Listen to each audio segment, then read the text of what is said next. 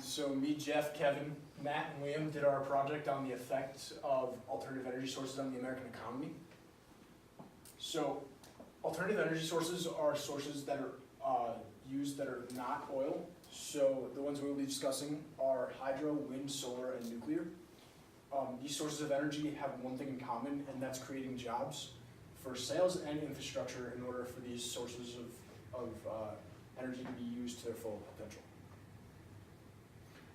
Benefits of alternative energy sources are low to no emissions of carbon, and this obviously helps the environment because it keeps the air cleaner and sustains us for longer.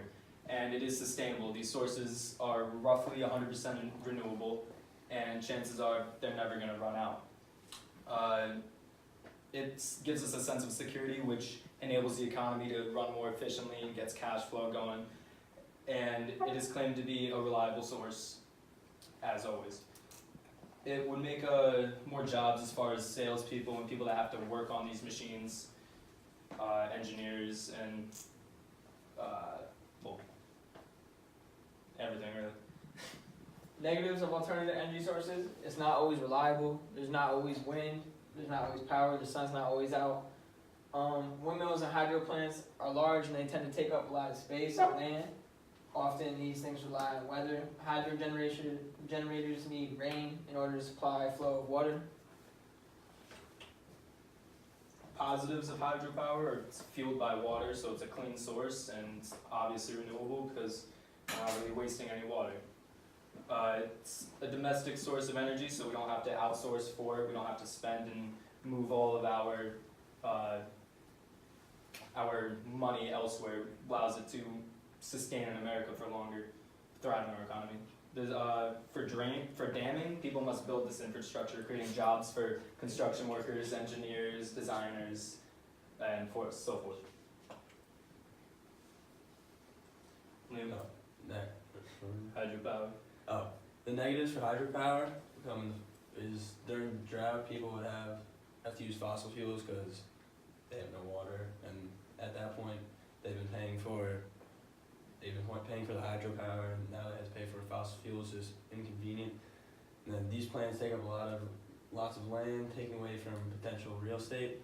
And when people are trying to buy homes and people have hydropower, there's not enough room. So, And then taxpayer money would fund these projects, leading to high taxes and less money into the money supply. That means just taxpayers are gonna have to pay more, which some people may not like, because some people may not use the hydropower, and they continue to use fossil fuels, and they're still paying for this. Wind power, some positive about that is stable costs. It does create jobs. It generates revenue for farmers and rural communities. It also does help spur local economic development. and negatives of this is the plants rely on consumption of fossil fuels, and that obviously is prolonging what we're trying to avoid. It takes up a lot of land, and it is said to be an eyesore at some points. Solar power, the positives are creating jobs and sales and creation of panels. This has obvious effects for our future because the sun's not going anywhere, and when our sun goes away at nighttime, the energy that was created during the day is saved and used and put elsewhere. Panels soak up lots of energy from the sun and, just like I said, spit it back out when we don't have it at the time. Some negatives of solar power, it's highly reliant upon the weather, so if it's really cloudy out one day, you may not have any energy coming through depending on how much your panels have saved up. If there's no sun, you must turn to fossil fuels. You have no other, unless you turn to another alternative energy source, and they're often a large investment cost.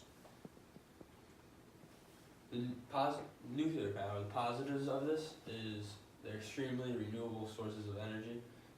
It doesn't revolve around the weather, it's its own thing. It's a man-made thing.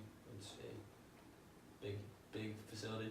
And it also creates a ton of jobs. There's like hundreds of workers in each plant. It's a lot of jobs in each. The negatives of nuclear power, it's sometimes unsafe, obviously, like Chernobyl and all this stuff over there.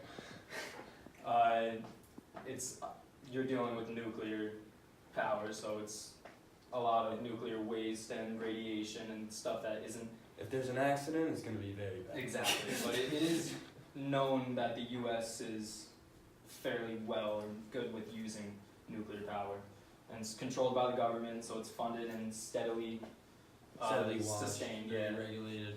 and it's not heavily used at the moment, but it does create a lot of energy and helps out, and that's it, Kurt.